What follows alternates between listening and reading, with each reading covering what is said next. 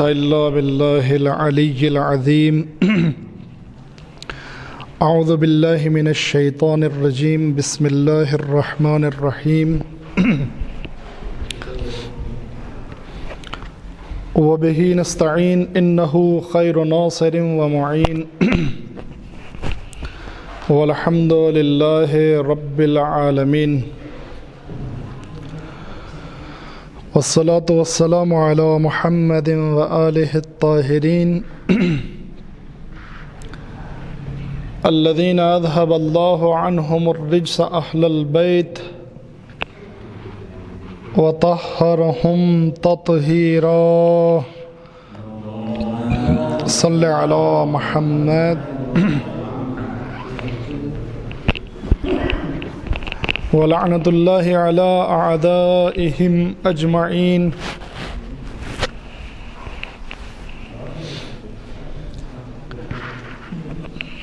من ليلنا هذا إلى قيام يوم الدين أما بعد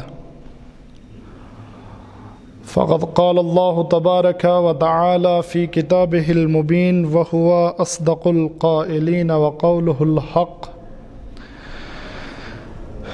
بسم الله الرحمن الرحيم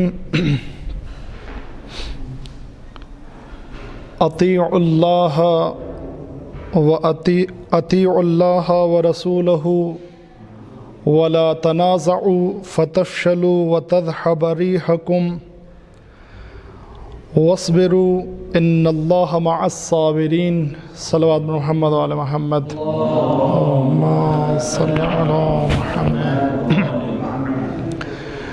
آپ حضرات سے گزارش ہے سورہ فاتحہ پڑھ کر اصال فرما دیں حجت الاسلام والمسلمین مرحوم مولانا شیخ حسن صاحب کی روح کو.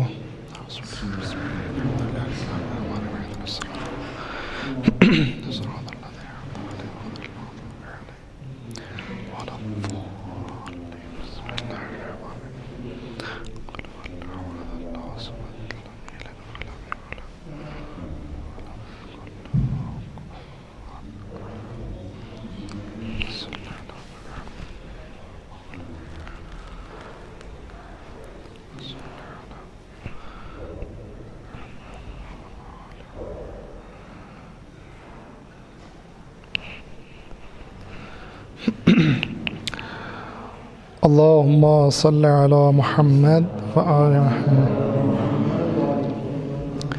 عزیزان محترم، سامعین کرام، بزرگان قوم و ملت، نوجوانان عزیز،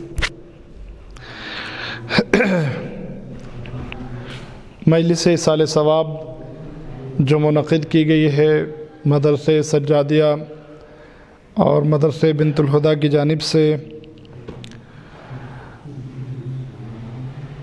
حجت الاسلام والمسلمین مولانا مرحوم شیخ حسن مبلغ صاحب قبلہ کے لیے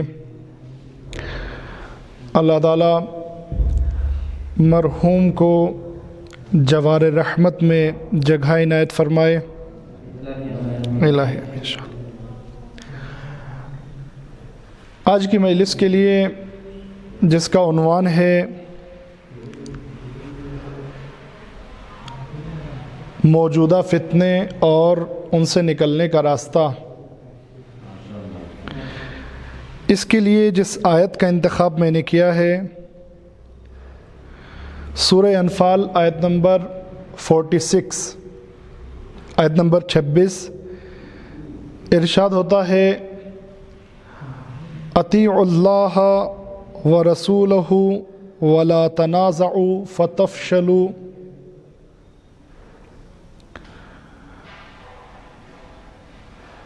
عزیزان محترم، آیت میں بہت ہی وضاحت کے ساتھ اللہ نے ایک حکم دیا ہے اور اس حکم کو نہ مانے، اگر اس پر عمل نہ کیا جائے تو اس کا نتیجہ کیا ہوگا وہ بیان کیا ہے. توجہ فرمائیں، خطاب مومنین سے ہے اور حکم کیا ہے؟ اطیعوا اللہ، اللہ کی اطاعت کرو، جو اللہ نے تم کو حکم دیا ہے اس پر عمل کرو، وَرَسُولَهُ صرف اللہ نہیں بلکہ اللہ کے رسول کی بھی اطاعت کرو۔ وہ جو کچھ تم سے کہے، جو تمہارے درمیان سیرت چھوڑ کر جائے، جو سنت چھوڑ کر جائے، اس پر عمل کرو۔ یہ ایک حکم ہے، اطیعوا اللہ ورسولہ، اللہ کی اطاعت کرو، رسول کی اطاعت کرو۔ دوسرا حکم ولا تنازعوا، جھگڑا نہ کرو، اختلاف نہ کرو، لڑو نہیں۔ اگر تم لڑے تو کیا ہوگا؟ بہت واضح طور پر قرآن مجید میں ارشاد ہو رہا ہے فتفشلوا، مومنوں اگر تم لڑے، اگر تم آپس میں اختلاف کرتے رہے، جھگڑا کرتے رہے، تو پھر فتفشلوا، تم سست ہو جاؤ گے، کمزور ہو جاؤ گے، ڈھیلے ہو جاؤ گے، وَتَذْهَبَ رِيحُكُمْ، اور تمہارا جو دبدبہ ہے، تمہارا جو رعب ہے وہ ختم ہو جائے گا۔ توجہ فرمائے عزیزان محترم، اسلام کا ایک رعب ہے یہاں پر جو اللہ کہہ رہا ہے وَتَذْهَبَ رِيحُكُمْ، تمہارا دبدبہ ختم ہو جائے گا، تمہارا رعب ختم ہو جائے گا۔ اس کا مطلب یہ ہے کہ یہاں پر اسلام کا ایک رعب ہے، مسلمان کے اندر ایک رعب ہے، اور اگر چاہیں تو اس رعب کو اسلام کی ابتدائی جنگوں میں تاریخ کے اعتبار سے بھی اور قرآن کی روشنی میں بھی ملاحظہ کیا جا سکتا ہے، اس کو ملاحظہ کیا جا سکتا ہے۔ ایک مجاہد 100 مقابل کے برابر سمجھا جاتا تھا، اور اس کے بعد کم سے کم 10 کے برابر سمجھا جاتا تھا۔ یہ کیا تھا؟ یہ اسلام کا رعب تھا۔ لہذا اللہ کہہ رہا ہے کہ اگر تم نے جھگڑا اور فساد نہیں چھوڑا، اگر تم نے اختلاف کیا، اگر تم آپس میں جھگڑتے رہے، تو 2 کام ہوں گے تمہارے ساتھ۔ نمبر 1، سست پڑ جاؤ گے، کمزور پڑ جاؤ گے، ڈھیلے پڑ جاؤ گے۔ نمبر 2، تمہارا دبدبہ ختم ہو جائے گا۔ یعنی عزیزان محترم، یا تو انسان حقیقتاً مضبوط ہونا چاہیے، توجہ فرمائیں، یا تو انسان حقیقتاً مضبوط ہو کسی سے مقابلے کے لیے، یا اگر حقیقتاً مضبوط نہیں ہے تو کم سے کم انسان کا رعب ہونا چاہیے، دبدبہ ہونا چاہیے۔ جیسے کہتے ہیں کہ نام ہی کافی ہے، نام ہی کافی ہے۔ مثال کے طور پر ہمارے ہاں جو ہے وہ رانا سریا چلتا ہے، رانا اسٹیل کر کے ان کا سریا، وہ کہتے ہیں کہ رانا سریا نام ہی کافی ہے، یعنی اب کوالٹی کو پرکھنے کی ضرورت نہیں ہے۔ توجہ فرمائے، البتہ میں اس کا پرچار نہیں کر رہا ہوں، صرف مثال یہاں پر عرض کر رہا ہوں۔ اور باقی جو ہے وہ سیمنٹ کے ساتھ بھی ہو سکتا ہے، دوسری چیزوں کے ساتھ بھی ہو سکتا ہے، نام ہی کافی ہے۔ یا تو رعب ہو جس کی بنیاد پر انسان دشمن کے دانتوں کو کھٹا کر سکتا ہے، دشمن کو شکست دے سکتا ہے، دشمن کو مرعوب کر سکتا ہے، دشمن کو کمزور کر سکتا ہے۔ یا پھر انسان کے اندر طاقت ہونی چاہیے، ہمت ہونی چاہیے، شجاعت ہونی چاہیے۔ لیکن عزیزان محترم، اگر ہم نے جھگڑا کیا تو یہ دونوں ختم ہو جائیں گے۔ اس لیے اللہ کہہ رہا ہے فتفشلوا، تم ڈھیلے پڑ جاؤ گے، کمزور پڑ جاؤ گے۔ یعنی اگر ہم نے آپس میں جھگڑا کیا تو پہلی چیز جو طاقت ہے ہمارے پاس وہ ختم ہو جائے گی، اور دوسری چیز، دوسرا نتیجہ بھی اللہ یہاں پر بتا رہا ہے۔ دوسرا نتیجہ کیا ہے؟ دوسرا نتیجہ یہ ہے وَتَذْهَبَ رِيحُكُمْ، تمہاری ہوا جو ہے وہ چلی جائے گی، دبدبہ ختم ہو جائے گا، رعب ختم ہو جائے گا۔ توجہ فرمائے عزیزان محترم، رعب جو ہے وہ ختم ہو جائے گا۔ اس کے بعد جو قرآن مجید میں یہاں پر اس کی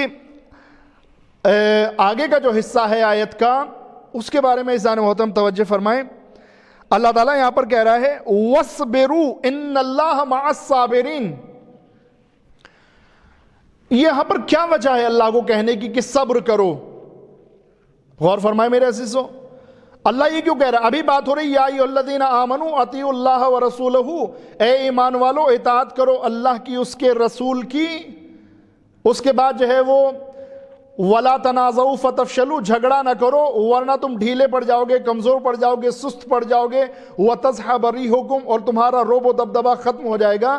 اب اس کے بعد جو اللہ کہہ رہا ہے وَاصْبِرُوا، صبر کرو، معبود اطاعت کی بات ہو رہی ہے، جھگڑا نہ کرنے کی بات ہو رہی ہے۔ یہاں پہ صبر کا میٹر کیا ہے؟ صبر کی طرف عزیزان محترم یہاں پر اللہ اس لیے حکم دے رہا ہے کہ دیکھو جب تم ساتھ میں رہو گے تو چھوٹے موٹے اختلافات یقینی ہیں، توجہ فرمائیں، چھوٹے موٹے اختلافات جو ہیں وہ یقینی ہیں، لیکن تم کو اختلافات کو ہوا دے کر انہیں بڑھانا نہیں ہے، رائے کو پہاڑ نہیں بنانا ہے۔ وَاصْبِرُوا، اگر کہیں سے کسی کی طرف سے کوئی چھوٹی موٹی غلطی ہو جاتی ہے، کوئی اختلاف کا وجہ نکل آتی ہے، تو تمہیں یہاں پر صبر کرنا چاہیے۔ یہ سب کے لیے ہے، عام پیغام ہے یہ قرآن مجید کا۔ اور اگر تم نے صبر کر لیا تو یقین جانو ان اللہ مع الصابرین، پھر اللہ جو ہے وہ تمہارے ساتھ ہے، اللہ صبر کرنے والوں کے ساتھ ہے۔ عزیزان محترم اتنا واضح قرآن، اتنا واضح پیغام، اتنا واضح فارمولہ جس امت کے پاس ہو، آج وہ امت اس حالت میں مبتلا ہے، یہ افسوس کی بات ہے میرے عزیزو، یہ افسوس کی بات ہے۔ یہ افسوس کیوں کرنا پڑ رہا ہے؟ اس لیے کہ پیغمبر کی جانب سے جو پیغمبر کا نقل قول قرآن مجید میں ہے، جو پیغمبر قرآن کے قیامت کے دن فرمائیں گے قرآن کے بارے میں، یا رب ان قوم اتخذوا هذا القرآن مہجورا، پروردگار میری قوم نے قرآن کو تو بالکل چھوڑ ہی دیا تھا۔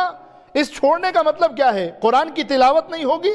نہیں، بہت تلاوت ہوتی ہے الحمدللہ، بہت سارے حافظین ہیں، بہت سارے حافظین ہیں، کسی کا انتقال ہو جائے کتنی تلاوتیں ہوتی ہیں، سورہ یاسین پڑھا جاتا ہے، سورہ ملک پڑھا جاتا ہے، قرآن پڑھے جاتے ہیں، ہم سے زیادہ جو ہے ہمارے بھائی اہل سنت بھائی قرآن پڑھتے ہیں۔ پھر حضور آپ کیوں فرما رہے ہیں اتنا قرآن تو شاید بہت سارے صحابہ نے بھی نہ پڑھا ہو؟ میں توہین صحابہ نہیں کر رہا ہوں، ناراض نہ ہو جائیے گا کوئی، لیکن ان کے پاس تو پورا قرآن اس وقت تھا نہیں، جمع بھی نہیں ہوا تھا، جس کو جو آیتیں یاد تھی وہ پڑھ لیتا تھا۔ ہمارے پاس تو پورا قرآن ہے، ہم تو پورا قرآن پڑھ رہے ہیں، پھر بھی آپ ہماری شکایت کریں گے یا رب ان قوم اتخذوا هذا القرآن مہجورا، پروردگار قوم نے قرآن کو چھوڑ دیا تھا۔ اگر پیغمبر سے سوال کریں تو پیغمبر کا جواب آئے گا نادان تم کو معلوم نہیں ہے، قرآن کو چھوڑنے کا مطلب یا قرآن کو پکڑنے کا مطلب صرف تلاوت کرنا نہیں ہے، بلکہ قرآن کو پکڑنے کا، قرآن کو اپنانے کا مطلب یہ ہے کہ قرآن کے معنی اور مفاہیم کو سمجھ کر اس کے مطابق عمل کریں، اس کے مطابق عمل کریں۔ عزیزان محترم عزت کے پیمانے ہمیں قرآن نے دیے، وقار کے اصول ہمیں قرآن نے بتائے ہیں، لیکن عزت و وقار کے اصول کو نکار کر ہم نے قرآن کی توہین کی ہے، قرآن کے پیغامات پر عمل نہیں کیا ہے، جس کی وجہ سے آج ہم ذلت کا سامنا کر رہے ہیں۔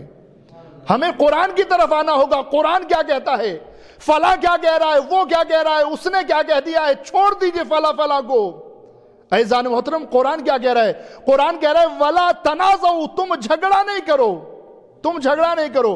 اگر ایک طرف سے کسی ایک کی نادانی یا جہالت کی وجہ سے ایک چنگاری اٹھی ہے تو اس چنگاری کا شکار آپ کیوں بن رہے ہیں؟ آپ کے لیے قرآن نہیں ہے فَلَا تَنَازَعُوا، جھگڑا نہیں کرو، یہ قرآن؟ یا پھر آپ یہ کہیں کہ ہم مومن نہیں ہیں، قرآن ہم سے خطاب نہیں کر رہا ہے؟ عزیزان محترم قرآن ہم سے کہہ رہا ہے وَلَا تَنَازَعُوا، جھگڑا نہیں کرنا ہے۔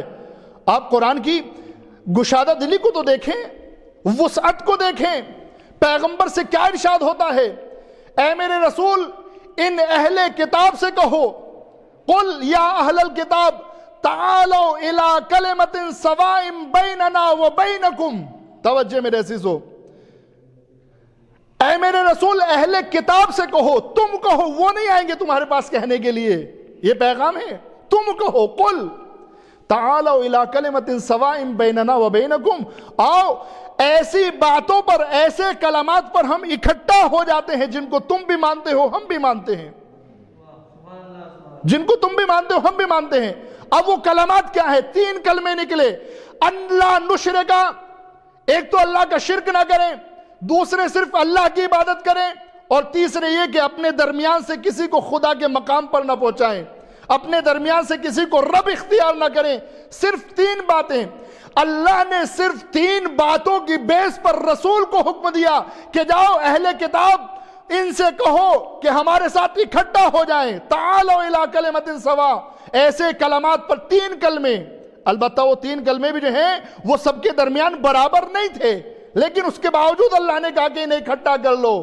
لیکن عزیزان محترم، ہمارے ساتھ کتنے کلمات ہمارے مشترک ہیں؟ ہمارا قبلہ مشترک ہے، قرآن مشترک ہے، کعبہ مشترک ہے، رسول مشترک ہے، اللہ مشترک ہے، کتاب مشترک ہے۔ اس کے باوجود عزیزان محترم ہم اکٹھا نہیں ہو سکتے ہیں، ہم جمع نہیں ہو سکتے ہیں۔ ہم نے قرآن کے پیغام کو بھلا دیا میرے عزیزوں، ہم نے بھلا دیا میرے عزیزوں قرآن کو۔ صرف قرآن کو پڑھنا کافی نہیں ہے، قرآن کو سمجھیں، قرآن کہنا کیا چاہتا ہے، کیا کہنا چاہتا ہے میرے عزیزوں قرآن۔ ہمارے لیے تو اللہ نے یہ کہا تھا کنتم خیر امت اخرجت للناس، تم تو بہترین امت ہو جس کو لوگوں کے لیے بھیجا گیا ہے، لوگوں کے لیے بھیجا گیا ہے۔ کاش کے سیرت نبوی ہماری کتابوں سے نکل کر ہماری عمل میں بھی آ جاتی، ہماری زندگی میں بھی آ جاتی۔ آج اگر سیرت نبی کو دیکھنا چاہیں، لائبریریوں میں کتابیں بھری پڑی ہیں، شاید کسی اور موضوع پر اتنی کتابیں موجود ہی نہ ہوں، لیکن عزیزان محترم ہماری زندگی میں سیرت نبوی نہیں ہے، ہماری زندگی میں سیرت نبوی نہیں ہے۔ ہم نے کیا کیا؟ پیغمبر ہدایت کے لیے آئے تھے، ہدایت کے لیے آئے تھے میرے عزیزوں۔ پیغمبر لالچی تھے ہدایت کے لیے، پیغمبر کو خواہش رہتی تھی ہدایت کرنے کی، یہاں تک کہ اللہ کہتا ہے میرے حبیب تم اپنے آپ کو ہلاکت میں نہ ڈالو، اس لیے کہ تم جس کی ہدایت کرنا چاہو اس کی ہدایت نہیں کر سکتے ہو۔ انک لا تہدی من تشاء، جس کو تم چاہو ہدایت نہیں دے سکتے ہو، بلکہ اللہ جسے چاہتا ہے ہدایت دیتا ہے، لہذا تم ہدایت کے لیے اپنے آپ کو ہلاکت میں نہ ڈال لینا۔ لیکن میرے عزیزو پیغمبر کتنے حریص تھے ہدایت کے لیے۔ وہ غلام جنہوں نے تبلیغ کے راستے میں، پیغمبر کے راستے میں کانٹے بچھائے، پیغمبر پر کوڑے ڈالے، پیغمبر ان غلاموں کی ہدایت کے لیے جایا کرتے تھے۔ ضعیفہ کا واقعہ آپ کے سامنے ہے، ضعیفہ کا واقعہ، کوڑا ڈالتی تھی، پیغمبر کب پہنچے اس کے بعد؟ پیغمبر کو کوڑا ڈالنے پر کوئی اعتراض نہیں ہوا، پیغمبر نے کوڑا ڈالنے پر کوئی سوال نہیں کیا۔ توجہ میرے عزیزو، آپ اندازہ تو لگائیں، آپ اندازہ تو لگائیں ہمارے نبی کی قوت برداشت اتنی زیادہ ہے کہ ہمارے نبی ان پر کوڑا ڈالا جا رہا ہے، ایک مشرک عورت کوڑا ڈال رہی ہے لیکن حضور برداشت کر رہے ہیں۔ اور جاتے کب ہیں؟ مجھے جو بات عرض کرنا ہے میرے عزیزو، مجھے جو بات عرض کرنا ہے توجہ فرمائیں، جاتے کب ہیں؟ جب وہ بیمار ہو گئی ہے، کہا محمد اب آئے ہو انتقام لینے؟ کہا انتقام لینے نہیں، میں نے سنا تم بیمار ہو اس لیے تمہاری احوال پرسی کے لیے آ گیا ہوں۔ کہا میری احوال پرسی، طبیعت پوچھنے کے لیے، میری عیادت کے لیے آئے ہو؟ کہا ہاں۔ کوئی کام میرے لائق ہو تو بتاؤ، میری عیادت کے لیے آئے ہو؟ کہا ہاں۔ کہا میں تمہارے اوپر کوڑا ڈالتی رہی، تم میری عیادت کے لیے آئے ہو؟ کہا میرا اللہ مجھے یہی سکھاتا ہے، میرا دین مجھے یہی سکھاتا ہے۔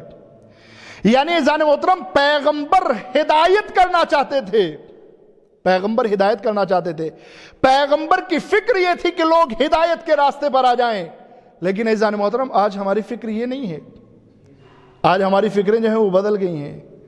آج ہم چاہتے ہیں کہ ایک دوسرے کی ٹانگ کھینچیں۔ میں عزیزان محترم پوری امت مسلمہ سے، پاکستان میں بھی کچھ لوگ جو ہیں وہ یقیناً مجلس کو سن رہے ہوں گے، چونکہ ہمارے چینل کی مجلسوں کو جو ہیں بعض لوگ ہمیشہ پاکستان میں سنتے رہتے ہیں، پوری امت مسلمہ کو پیغام دینا چاہتا ہوں میرے عزیزوں، چاہے اس میں شیعہ ہو یا سنی ہو، سب کے لیے پیغام ہے اور الگ الگ میں مختص بھی کر دیتا ہوں۔ میرے عزیزوں، میرے سنی بھائیوں، میرے اہل سنت بھائی، سب سے پہلے تو میں ہمارے مذہب تشیع کے جو سب سے بڑے مرجع تقلید ہیں آج کے وقت میں، حضرت آیت اللہ العظمیٰ سیستانی صاحب، اکثریت جن کی تقلید کرتی ہے، ان کا پیغام میں آپ کی خدمت میں جو بارہا آپ سنتے رہتے ہیں پھر سے یاد دلاتا ہوں، اس کے بعد عرض کرتا ہوں۔ ان سے پوچھا گیا کہ آقا ہم اہل سنت کو اپنا بھائی کہیں؟ کہا نہیں، بھائی نہیں کہنا، کہا پھر کیا کہیں؟ کہا کہ ان کو اپنی جان کہنا، ان کو اپنی جان سمجھنا۔ کہا بھائی اور جان میں فرق کیا ہے؟ کیا مطلب ہے؟ آپ کہنا کیا چاہتے ہیں جان کہیں؟ فرماتے ہیں کہ جان سمجھو، اگر چوٹ انہیں لگے تو درد تم کو ہونا چاہیے۔ توجہ فرمائے عزیزان محترم، جان کا مطلب یہ ہے ان کی مدد تم کرنا۔ یہ عزیزان محترم، یہ ہمارے عالم دین، بزرگ عالم دین جن کی اکثریت تقلید کرتے ہیں، ان کا یہ نظریہ ہے۔ آیت اللہ العظمیٰ خامنئی، ان کے نزدیک جو ہے وہ، اور دیگر مراجع کے نزدیک بھی، اہل سنت کے مقدسات کی توہین حرام ہے۔ اہل سنت کے مقدسات کی توہین حرام ہے۔ اب عزیزان محترم، میں آپ کی خدمت میں پیغام عرض کرنا چاہتا ہوں، میرے اہل سنت بھائی، میرے سنی بھائی، پیغمبر کو ہدایت کی فکر تھی، مجھے بھی ہدایت کی فکر ہونی چاہیے، اور آپ کو بھی ہدایت کی فکر ہونی چاہیے۔ توجہ فرمائیں، اگر آپ کو لگتا ہے کہ میں غلطی پر ہوں تو آپ میری ہدایت کریں، آئے میری ہدایت کریں، ہم لوگ بیٹھ کر بات کر سکتے ہیں۔ لیکن یہ جو تازہ فتنہ کھڑا ہوا ہے، توجہ فرمائیں میرے عزیزو، یہ جو تازہ فتنہ کھڑا ہوا ہے، جن افراد کی وجہ سے یہ فتنہ کھڑا ہوا ہے، وہ ہمارے درمیان نہیں ہے، وہ ہم میں سے نہیں ہے۔ وہ ہمارے درمیان ہے لیکن ہم میں سے نہیں ہے۔ اس لیے کہ میں قرآن کی آیت آپ کو یاد دلانا چاہتا ہوں۔ قرآن کیا کہتا ہے؟ قرآن مجید کہتا ہے الذین آمنوا وعملوا الصالحات اولئک هم خیر البریہ، سورہ بینہ کی آیت ہے۔ قرآن کیا کہہ رہا ہے؟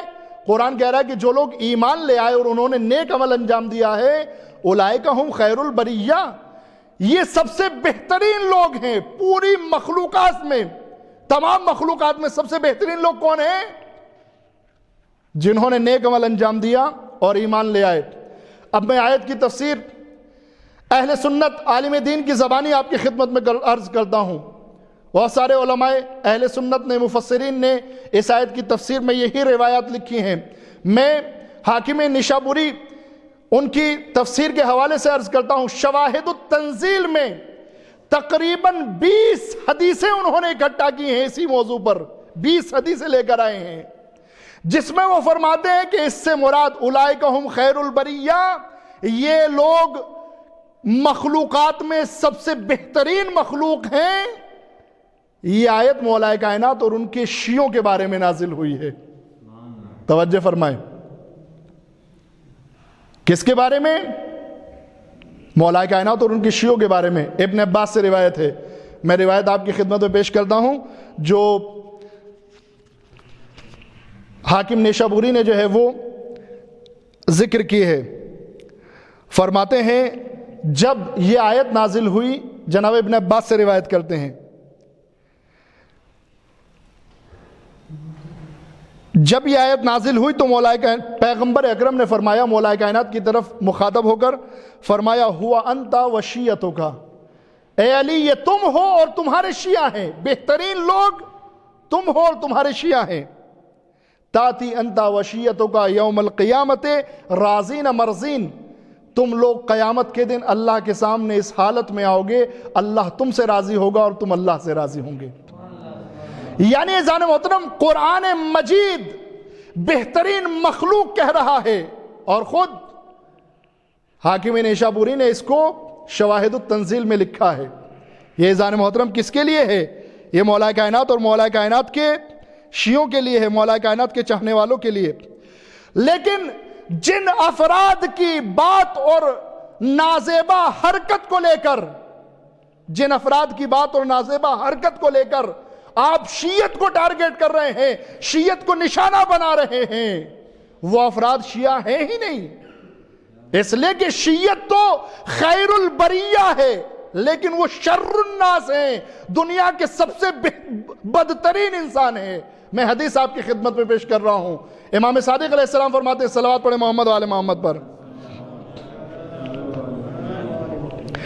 امام صادق فرماتے ہیں، میرے عزیزو جوانوں کے لیے پیغام ہے امام صادق کا، میری قوم کے جوان سنیں، میرے بھائی سنیں۔ امام کیا فرماتے ہیں؟ چھٹے امام، احذروا علی شبابکم الغلاتا، فرماتے ہیں کہ اپنے جوانوں کو، توجہ میرے عزیزو، مولا امام صادق علیہ السلام جانتے تھے کہ یہ خطرہ جوانوں کے لیے زیادہ ہے. توجہ فرمائیں. فرماتے ہیں امام صادق فرماتے ہیں کہ اپنے جوانوں کو غلات سے بچاؤ. غلات یعنی کون؟ خود امام فرمائیں گے اس حدیث میں کہ غلات کون ہے. آپ حدیث کو ملاحظہ فرماتے رہیں.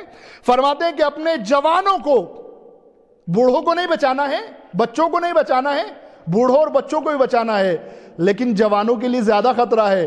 امام جانتے ہیں کہ یہ لوگ جوانوں کے جذبات سے زیادہ کھیلنا جانتے ہیں، جذبات کا غلط فائدہ اٹھاتے ہیں، جذبات سے کھیلتے ہیں. لہذا میرے عزیزوں، میرے نوجوان بھائیوں، یہ آپ کے لیے پیغام ہے. فرماتے ہیں کہ اپنے جوانوں کو بچاؤ. کس سے بچاؤ؟ غلات سے بچاؤ.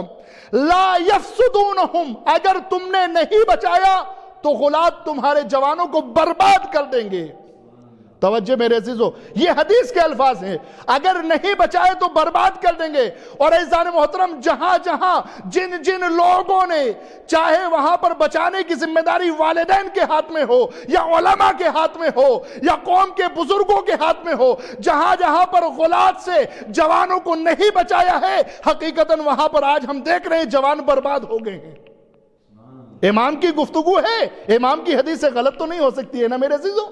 اس کی مثالیں ہم یہاں بھی دیکھ سکتے ہیں، پاکستان میں بھی دیکھ سکتے ہیں.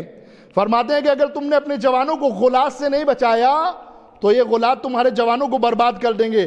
اب حدیث میں فرماتے ہیں کہ غلات کون ہیں؟ فرماتے ہیں فَإِنَّ الْغُلَاةَ شَرُّ خَلْقِ اللَّهِ، غلات اللہ کی مخلوقات میں سے سب سے بدترین مخلوق ہے.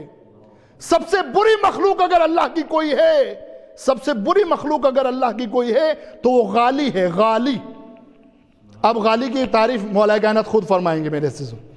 مولا امام صادق علیہ السلام خود فرمائیں گے. ان سے ہم کو بچانا ہے.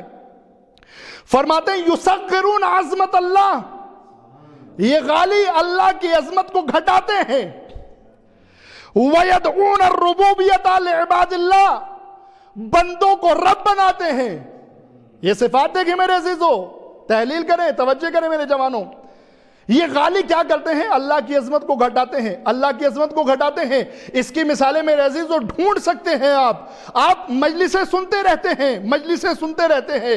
کبھی کہا جاتا ہے کہ نعوذ باللہ جو ہے وہ اللہ حضرت عباس میں حلول کر گیا. کبھی کہا جاتا ہے مجھے نہیں سمجھ میں آیا اللہ عباس ہے یا عباس اللہ ہے. نعوذ باللہ. کبھی عرش خدا کی توہین کی جاتی ہے کہ عرش خدا پر جانے کی کسی کو خواہش نہیں تھی، لیکن عرش خدا والوں کو یہاں پر آنے کی خواہش تھی.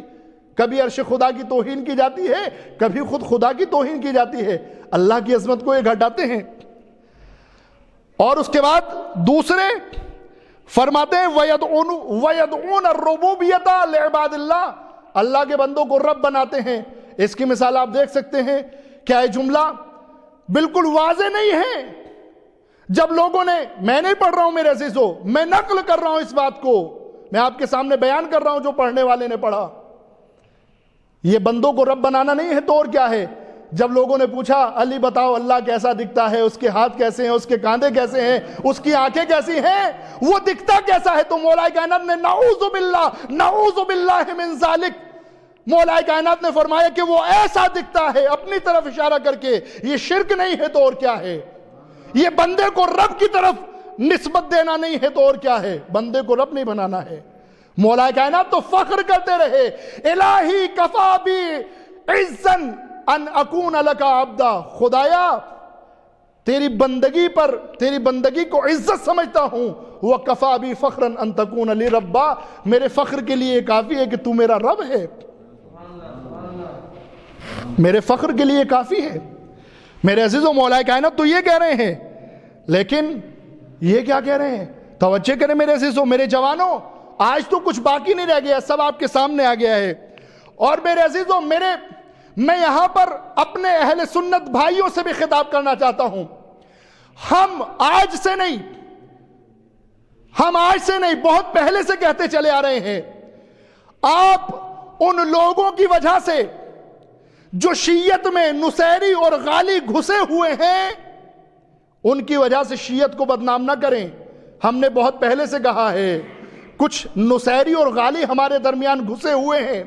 اور ہم آپ کو بار بار متوجہ بھی کرتے رہے کہ جیسے ہمارے درمیان کچھ نصیری اور غالی گھسے ہوئے ہیں، ویسے ہی آپ کے درمیان کچھ ناصبی اور خارجی گھسے ہوئے ہیں، لیکن آپ نے توجہ نہیں کیا۔ اب بات سامنے آ گئی، مجھے معلوم ہے کوئی بھی سنی بھائی، کوئی بھی رسول کا چاہنے والا، کوئی بھی رسول کی پیاری بیٹی فاطمہ کا ماننے والا، فاطمہ اور فاطمہ کے بیٹے رسول کے پیارے نواسے، جس کو رسول کاندھوں پر بٹھائے، میں نہیں، آپ کی کتابوں میں ہے، جس کو رسول کاندھوں پر بٹھائے، جس کے ہونٹوں کا بوسہ دے، جس کے دانتوں کو چومے، اس رسول کے اس پیارے نواسے کو میرا کوئی بھی سنی بھائی دعوے سے کہہ رہا ہوں، رسول کے اس پیارے نواسے کے قاتل کو کوئی بھی رحمت اللہ نہیں کہہ سکتا ہے، کوئی بھی امیر نہیں کہہ سکتا ہے، میرا کوئی بھی سنی بھائی نہیں کہہ سکتا ہے میرے عزیزوں۔ جب سنی نہیں کہہ سکتا ہے، اہل سنت نہیں کہہ سکتے ہیں، تو یہ کون ہے؟ یہ وہی ہیں جن کے لیے ہم بار بار آپ سے کہہ رہے تھے، یہ وہی ہیں کہ آپ کے درمیان کچھ ناصبی اور خارجی گھسے ہوئے ہیں، ان کو پہچانے۔ لیکن میرے بھائیوں، میرے اہل سنت بھائی، یاد رکھو، ہم نے ان خوارج اور ناصبیوں کی بنا پر کبھی بھی آپ کو بدنام نہیں کیا، ہم نے کبھی بدنام نہیں کیا میرے عزیزوں۔ لیکن ادھر سے بہت مرتبہ ایسا ہوا ہے، البتہ وہ بھی فتنہ انگیزوں نے کیا، یہ بھی انہی ناصبیوں کا اور خارجیوں کا کام تھا کہ انہوں نے ان نصیریوں اور غالیوں کی وجہ سے ہمیں بدنام کیا۔ میرے سنی بھائیوں، بہت مہم پیغام آپ کے لیے، میں تو یہ کہہ رہا ہوں، آپ بہت دیر سے جاگے، بہت دیر بعد آپ نے یہ کیا ہے، بہت دیر بعد کیا ہے۔ آپ کو صرف صحابہ سے محبت ہے، اللہ سے آپ کو محبت نہیں ہے۔ یہ مشرکین تو مولا کائنات کو اللہ بتاتے رہے، کبھی حضرت عباس کو اللہ بتاتے رہے، جو درد آپ کے دل میں صحابہ کے لیے ہے وہ توحید کے لیے کیوں نہیں تھا؟ جب انہوں نے شرک کیا،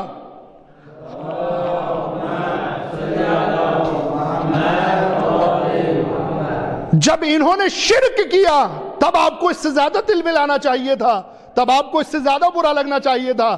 لیکن افسوس کی بات ہے، بعض لوگ جو ہے وہ مزے لیتے رہے، لذت اڑاتے رہے، بدنام کرتے رہے، وہ بھی یہی تھے میرے عزیزوں۔ میرے سنی بھائیوں، پہچانو، آپ کے درمیان گھسے ہوئے ہیں کچھ ناصبی، اہل بیت کے کچھ دشمن آپ کے درمیان گھسے ہوئے ہیں، ورنہ میرا کوئی سنی بھائی نہیں کہہ سکتا ہے جو امام حسین کو رضی اللہ اور امام حسین کو علیہ السلام کہنے والا ہے، وہ یزید کو کبھی رضی اللہ نہیں کہہ سکتا ہے، وہ یزید کو کبھی امیر نہیں کہہ سکتا ہے، اس لیے کہ یزید کو امیر کہنا یعنی اپنے کردار کو یزید کے کردار سے جوڑنا۔ یزید تو شراب بھی پیتا تھا، یزید تو جوا بھی کھیلتا تھا، یزید تو بندر بازی کرتا تھا، یزید تو اس کے لیے محرم اور نامحرم میں فرق نہیں تھا۔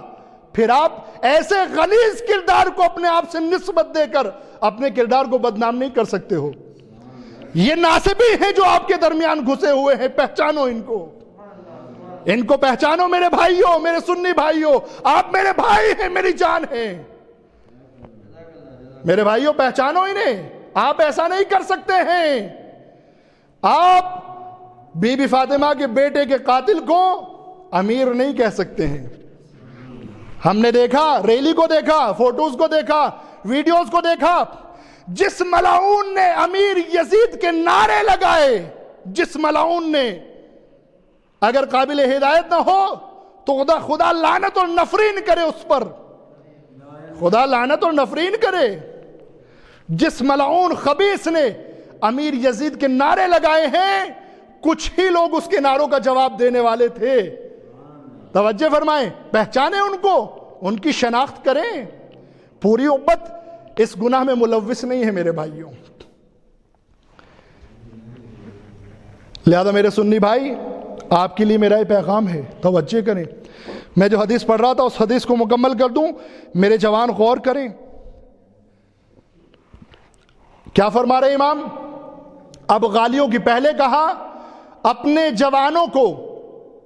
جوانوں کو غالیوں سے بچا کر رکھنا۔ آج میں اس مجلس کے ذریعے تمام بزرگوں سے یہ پوچھنا چاہتا ہوں اور جوانوں سے بھی پوچھنا چاہتا ہوں، آپ امام صادق کی حدیث پر عمل کرنا چاہتے ہیں یا نہیں چاہتے ہیں؟ کوئی ایک یہ نہیں کہہ سکتا ہے کہ میں عمل نہیں کرنا چاہتا ہوں. اور میرے عزیزو جو میں حدیث پیش کر رہا ہوں وہ بھی منابع اولی سے، جو ہمارے جو ہے وہ پرائمری سورسز ہیں ان سے حدیث پیش کر رہا ہوں میرے عزیزو. ایسا نہیں کہ یہ حدیث جو ہے 100 سال پرانی یا 150 سال پرانی کتاب میں لکھی ہو، ایسا نہیں میرے عزیزو. یہ چوتھے قرن کی لکھی ہوئی کتاب ہے میرے عزیزو، چوتھے قرن کی کتاب لکھی ہوئی، یعنی اب سے 1000 سال پہلے کی لکھی ہوئی کتاب ہے.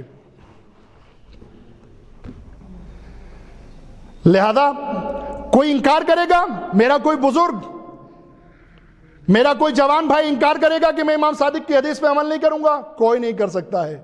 تو پھر امام کا حکم سن لو، جوانوں بچو غالیوں سے، اگر نہیں بچے تو یہ تمہیں برباد کر دیں گے. ان کی تعریف کیا ہے غالیوں کی؟ یصغرون عظمت اللہ، 2 جملے صرف، اللہ کی عظمت کو گھٹاتے ہیں، اللہ کی عظمت کو گھٹاتے ہیں، اور اس کے بعد کیا کرتے ہیں؟ وَيَدْعُونَ الرُّبُوبِيَّةَ لِعِبَادِ اللَّهِ، اللہ کے بندوں کو رب کے مقام تک پہنچاتے ہیں. اب میں آپ کے احساسات کو چھونا چاہتا ہوں میرے جوانوں، آپ کے جذبات کو میں ذرا ٹچ کرنا چاہتا ہوں. آپ مجھے یہ بتائیں، انصاف سے بتائیں میرے جوان بھائی، میرے بزرگ بھی مجھے انصاف سے بتائیں، اگر آپ کے سامنے، توجہ، اگر آپ کے سامنے کوئی نعوذ باللہ امام حسن یا امام حسین کی توہین کرے تو آپ کیا کریں گے؟ آپ میرے سامنے نہیں ہیں، جہاں جہاں بھی مجلس کو سن رہے ہیں مجھے انصاف سے بتائیں. اگر کوئی امام حسن کی، بہت آہستہ سے عرض کر رہا ہوں، اگر کوئی امام حسن کی توہین کرے، امام حسین کی توہین کرے تو آپ کیا کریں گے؟ اس کو اچھا سمجھیں گے؟ اس کی حمایت کریں گے؟ اس کا ساتھ دیں گے؟ یا اس کو لعنتی سمجھیں گے؟ آپ کا جواب آخری والا ہے. سب کا جواب یہی ہے. اگر کسی کا جواب پہلا ہے تو پھر میرا خطاب اس کے لیے ہے ہی نہیں. سب کا جواب کیا ہے؟ اس لیے کہ ہم کچھ بھی برداشت کر سکتے ہیں، اپنے بارے میں اماموں کی توہین برداشت نہیں کر سکتے. میرے عزیزو، ان لوگوں کو صرف جذبات سے کھیلنا آتا ہے. آپ یہ نہ سوچیں کہ یہ صرف بڑھاتے ہیں، ان کو جذبات سے کھیلنا ہے. کبھی اماموں کو اللہ سے بڑھانے کی کوشش کریں گے تاکہ آپ کے جذبات سے کھیل سکیں، اور کبھی یہ اماموں کو گھٹاتے بھی ہیں اماموں کی عظمت کو، وہ بھی آپ کے جذبات سے کھیل کر. لیکن میرے عزیزوں، میں نے پہلے مجلس میں بھی عرض کیا تھا اور آج پھر عرض کر رہا ہوں، ان کے ساتھ ساتھ وہ بھی گناہگار ہیں جو عقل پر پردے ڈال کر، جذبات کے دھارے میں بہہ کر، ان کی مجلسوں کو سن کر ان کا ساتھ دیتے ہیں. ان کو سوچنا چاہیے، بصیرت کرنا چاہیے، غور کرنا چاہیے. میں آپ کے سامنے مثال دے رہا ہوں، آپ نے مجلس سنی بھی ہوگی، اور اگر کسی کو اعتراض ہو تو میں لنک شیئر کر دوں گا، مجھ سے لے لینا. مجلس میں پڑھتے ہیں جنگ صفین، سن لیجئے، جنگ صفین ڈال دیجئے صرف. مجلس میں پڑھتے ہیں جنگ صفین کا موقع ہے، مولا کائنات کے پاس امام حسن آئے، امام حسن کو بلایا، بیٹا حسن 1.25 لاکھ کے مجمع کو، لشکر کو کتنے دیر میں قتل کر کے آئے گا؟ کہا صبح سے شام تک 1,500 سپاہی چاہیے، آپ کا گھوڑا چاہیے، آپ کی تلوار چاہیے، اور صبح سے شام تک، مغرب تک. کہا تو نہیں. امام حسین کو بلایا، نعوذ باللہ. اس طرح کی آپ کو، یہ ایسی باتیں ہیں جو کسی جھوٹی سے جھوٹی کتاب میں بھی نہیں مل سکتی ہیں. یہ اپنے من سے بنائی ہوئی باتیں ہیں، اور ان کو کیسے پیش کرتے ہیں؟ عقیدہ کہہ کر پیش کرتے ہیں. پہلے آپ کے جذبات سے کھیل لیتے ہیں. میں آپ کو یہ بھی بتاتا ہوں وہاں پر جذبات سے کیسے کھیلا گیا. وہاں پر جذبات سے آپ کے ایسے کھیلا گیا، میں مجلس کو سن رہا تھا، جذبات سے، مجمع کے جذبات سے ایسے کھیلا. میرے دوستوں، آج کے، یہ میں ان کے الفاظ پڑھ رہا ہوں، آج کے ٹائم میں جو عقیدے کو سن لے اور سمجھ لے، اللہ اس پر رحمت کرے. اس لیے کہ جہاں پر شک اور شبہات کے تیر چل رہے ہوں وہاں پر کوئی عقیدہ نہیں سنتا ہے.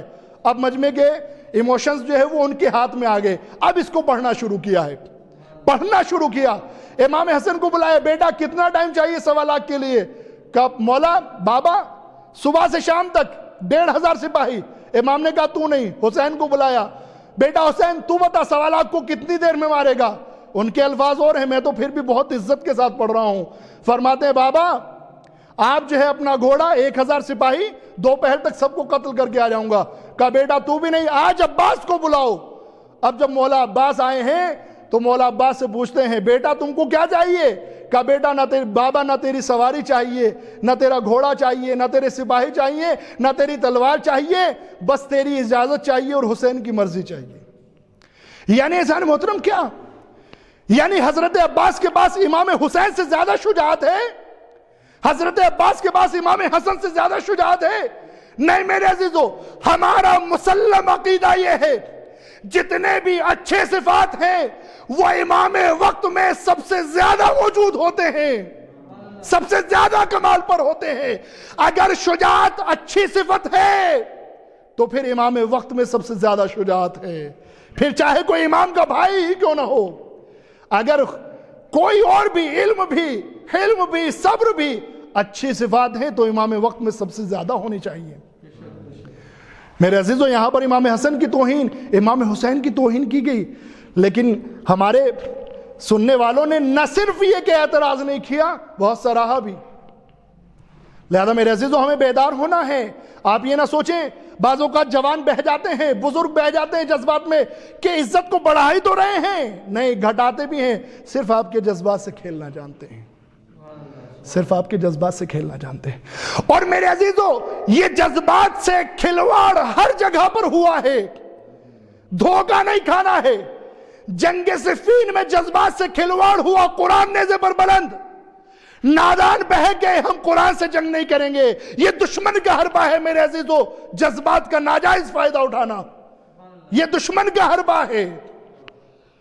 نیزے پر قرآن۔ اب جب لوگوں نے دیکھا، نادان لوگ تھے، جس طرح سے آج ہم مجلس میں عقل پر پردہ ڈال کر بیٹھتے ہیں، اس لیے ان کے ہاتھ میں تلوار تو تھی لیکن بصیرت نہیں تھی، جن کے بارے میں مولا نے کہا کہ ان کی تلواروں کے اوپر ان کی بصیرت رہتی تھی، ان کی بات الگ ہے۔ کربلا میں بھی میرے عزیز و جذبات سے کھلواڑ ہوا۔ میں موقع بتاؤں آپ کی خدمت میں، کب جذبات سے کھلواڑ ہوا؟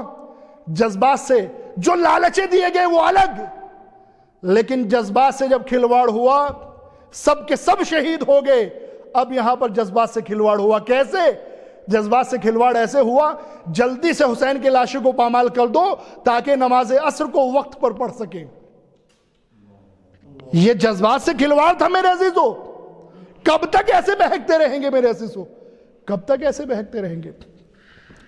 میں اپنے سنی بھائیوں کو پیغام دے چکا، اب میرا خطاب اپنے شیعہ بھائیوں اور نوجوانوں سے ہے اور بزرگوں سے ہے۔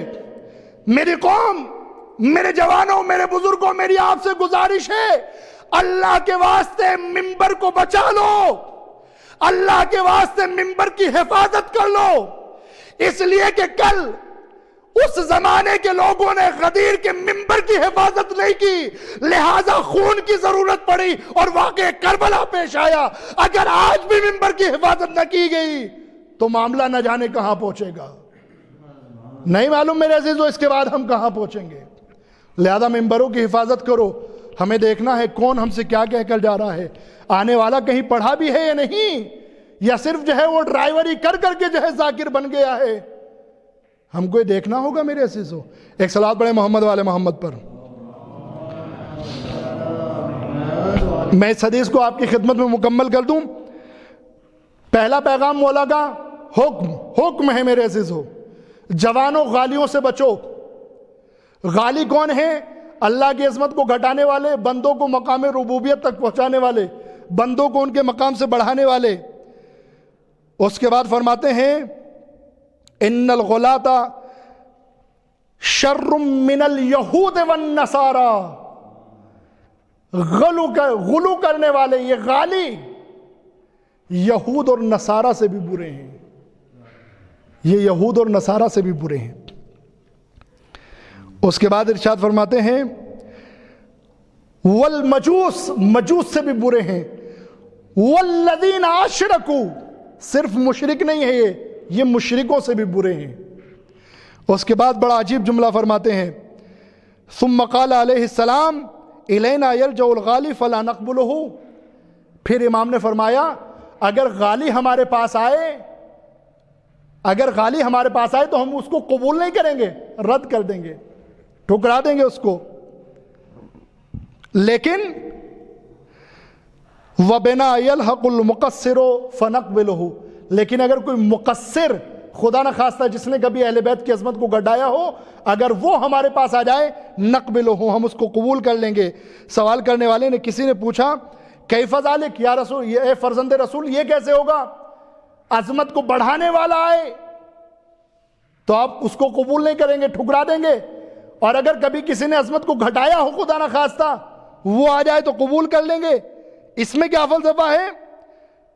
مولا فرماتے ہیں لِأَنَّ الْغَالِي قَدْ اعْتَادَ تَرْكَ الصَّلَاةِ وَالزَّكَاةِ وَالصِّيَامِ وَالْحَجِّ، فرماتے ہیں غالی کو عادت ہو گئی نماز چھوڑنے کی، روزہ چھوڑنے کی، حج چھوڑنے کی، روزہ چھوڑنے کی، زکوٰۃ چھوڑنے کی، فَلَا يَقْدِرُ تَرْكَ عَادَتِهِ، یہ اپنی عادت کو نہیں چھوڑ سکتا ہے۔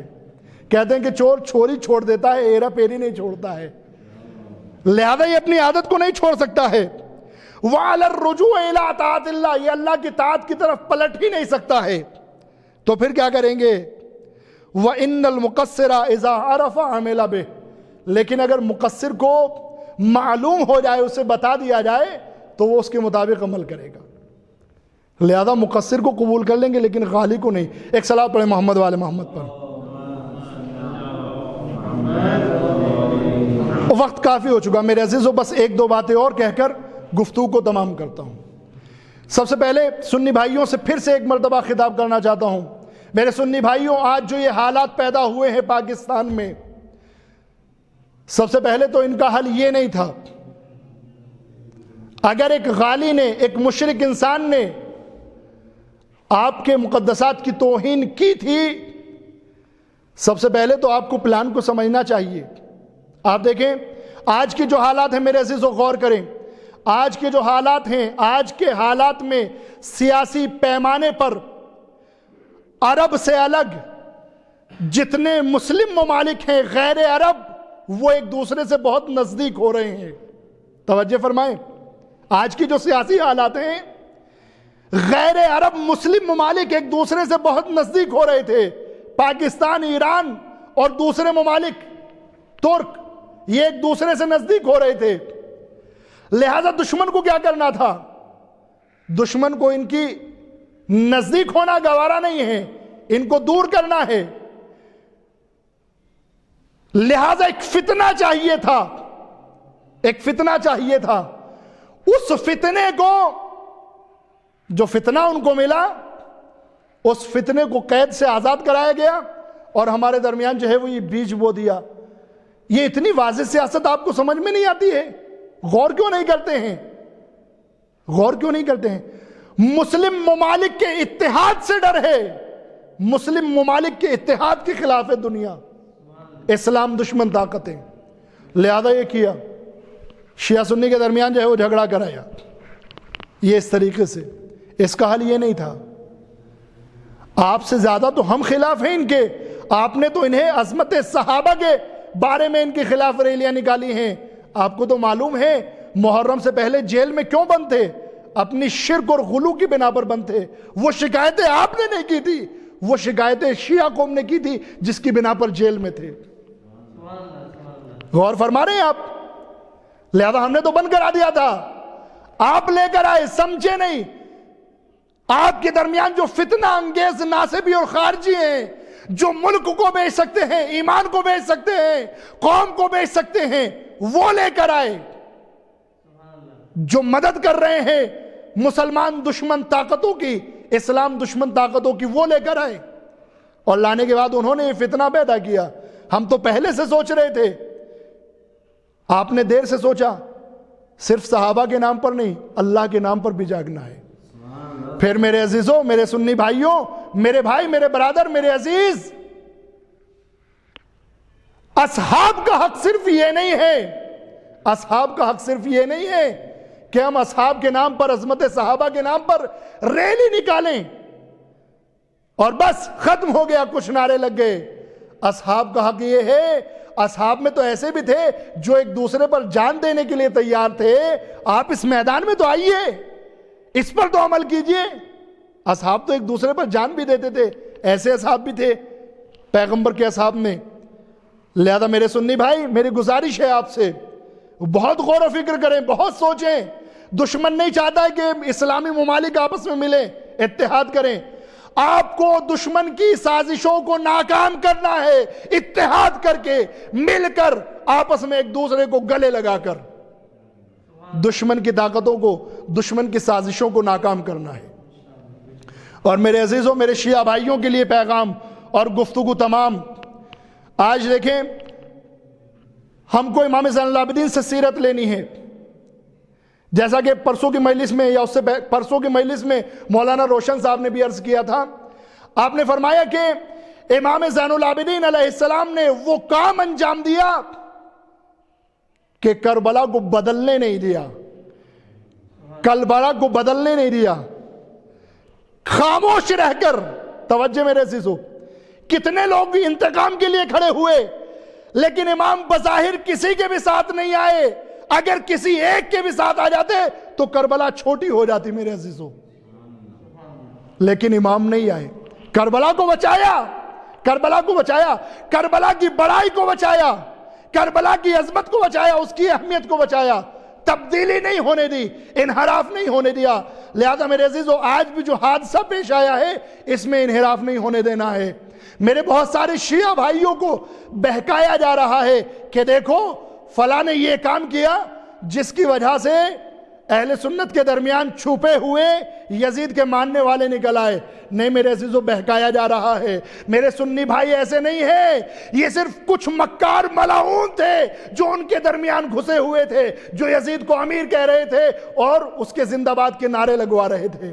بہکائے میں نہیں آئے میرے عزیزو، بہکائے میں نہیں آئے. واقعہ جیسے ہے ویسے لیں، واقعہ جیسے ہے ویسے سمجھیں، جیسے ہے ویسے سمجھیں. ایسے تو کربلا کے واقعے کو بھی بہت غلط طریقے سے لیا جا سکتا ہے. مثال کے طور پر امام حسین کی قربانی اس بات کی سبب بنی کہ بہت سارے لوگوں نے توبہ کر لیا. وہ بھی ایک غلط طریقہ ہے امام کے پیغام کو سمجھنے کا. امام کا پیغام صرف اس لیے نہیں تھا. توجہ میرے عزیزو، یہ بالکل ایسے ہی ہے جیسے ہم کربلا کو ایسے دیکھیں کہ امام کی قربانی کی وجہ سے بہت سارے لوگوں نے توبہ کر لی. یہ بالکل ایسے ہی ہے جیسے آج ہم کہیں کہ اس کے اس کام کی وجہ سے ان کے درمیان چھپے ہوئے ناسبی نکل آئے. نہیں میرے عزیزو، برے فعل پر تعریف کرنے کی کوشش نہ کریں، برے فعل پر تعریف کرنے کی کوشش نہ کریں. یہاں تو برائی کے ذریعے سے برائی واقع ہوئی ہے. اس نے ایک برائی کی، امت آپس میں ایک دوسرے کے آمنے سامنے آ گئی. یہ تو برائی سے برائی ہوئی ہے. اگر برائی کے ذریعے کوئی اچھا کام ہو بھی جائے تو بھی قبول نہیں ہے اسلام کو. آپ چوری کر کے کسی کی مدد کر کے دیکھ لیجئے، اس کے بعد قرآن اور حدیث سے پوچھ لیجئے کہ یہ عمل قبول ہے یا نہیں، منہ پر مار دیا جائے گا. جبکہ آپ نے برائی کے بعد اچھائی کی ہے. یہاں تو برائی کے بعد برائی ہو رہی ہے. لہذا واقعے کو بدلے نہیں، نتیجے کو بدلے نہیں. یہ دیکھیں کہ نقصان کتنا ہوا ہے. کب سے یہ ممالک ایک دوسرے کے قریب آ رہے تھے، کب سے اسلامی طاقتیں ایک دوسرے سے مل رہی تھی، کب سے اتحاد بنائے ہوئے تھے.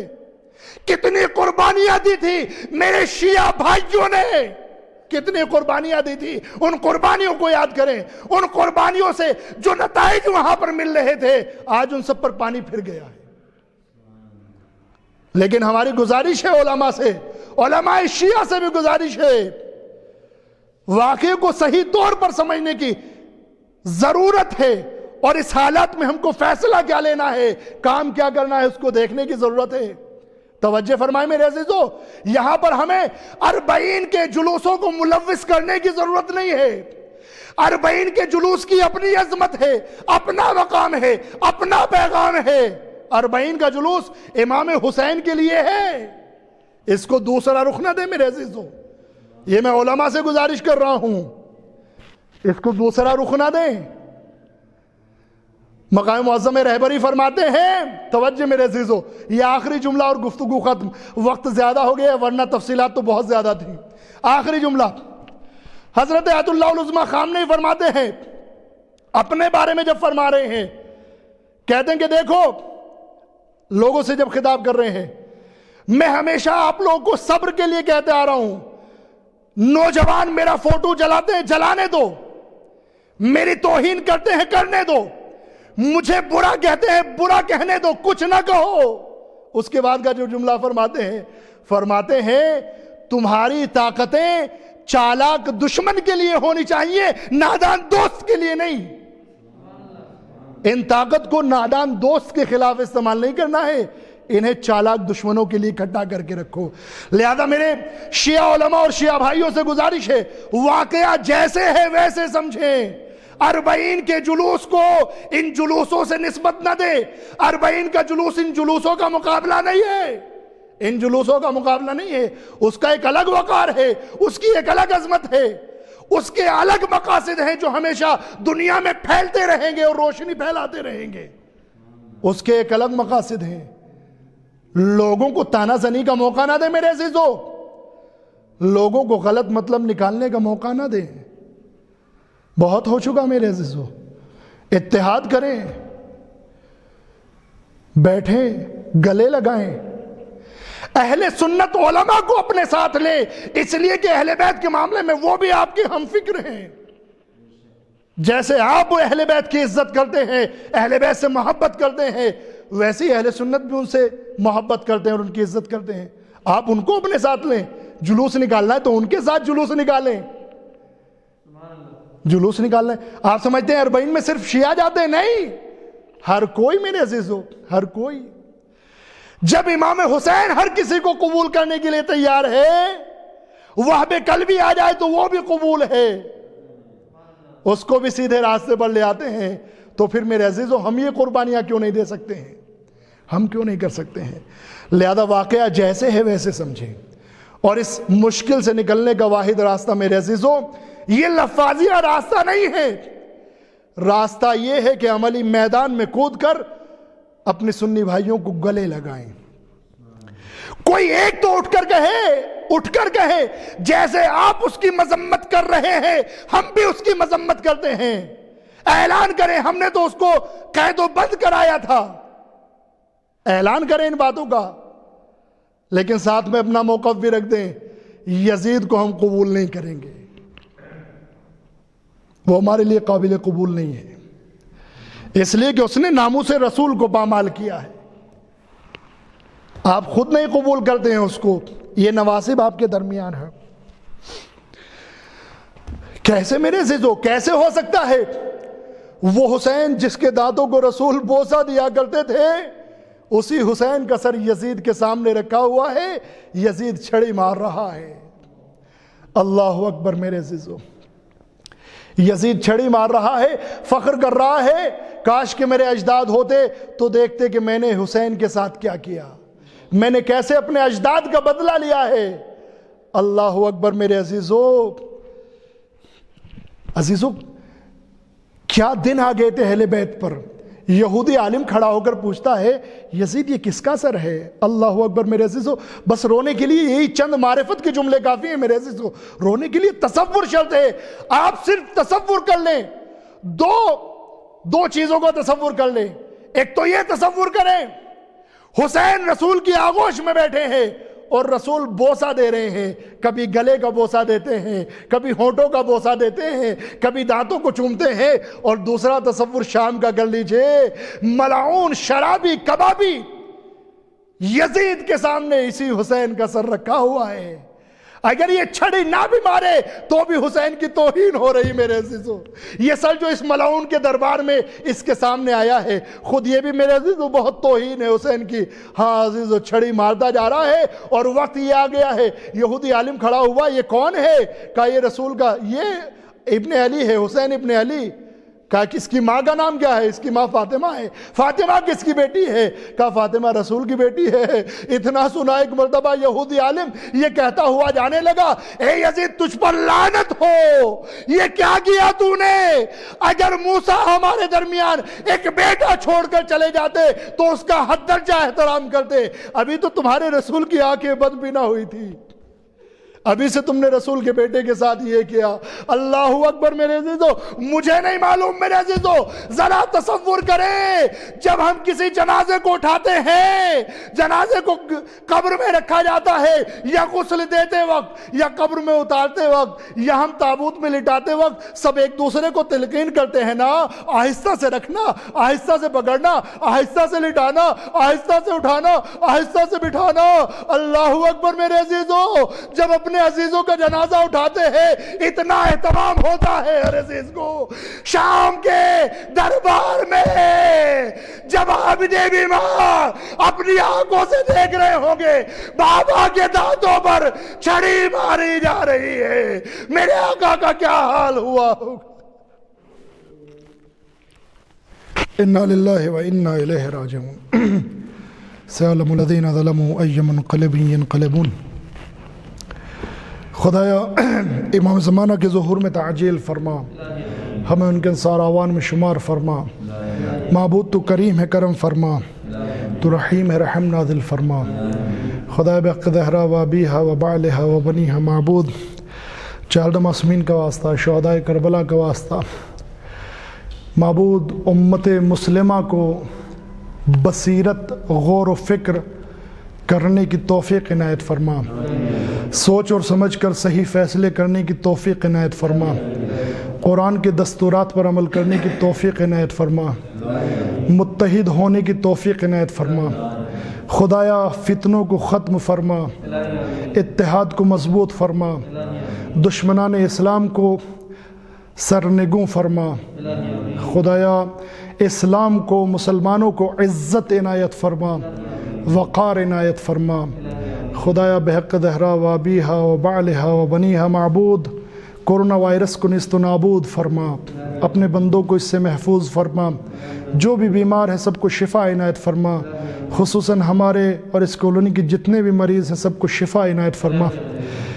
معبود جس مرحوم کے لیے مجلس منعقد ہوئی ہے, اس مجلس کے ایصال ثواب کو, اس مجلس کے ثواب کو ان کے نامہ اعمال میں درج فرما. امام زمانہ کے ظہور میں تعجیل فرما, ہمیں ان کے انصار آوان میں شمار فرما. ربنا تقبل منا انک انت السمیع العلیم. اب حضرات سے گزارش ہے ایک سورہ فاتحہ پڑھ کر مولانا شیخ حسن مبلغی اور تمام مرحومین کی روح کو ایصال فرما دیں.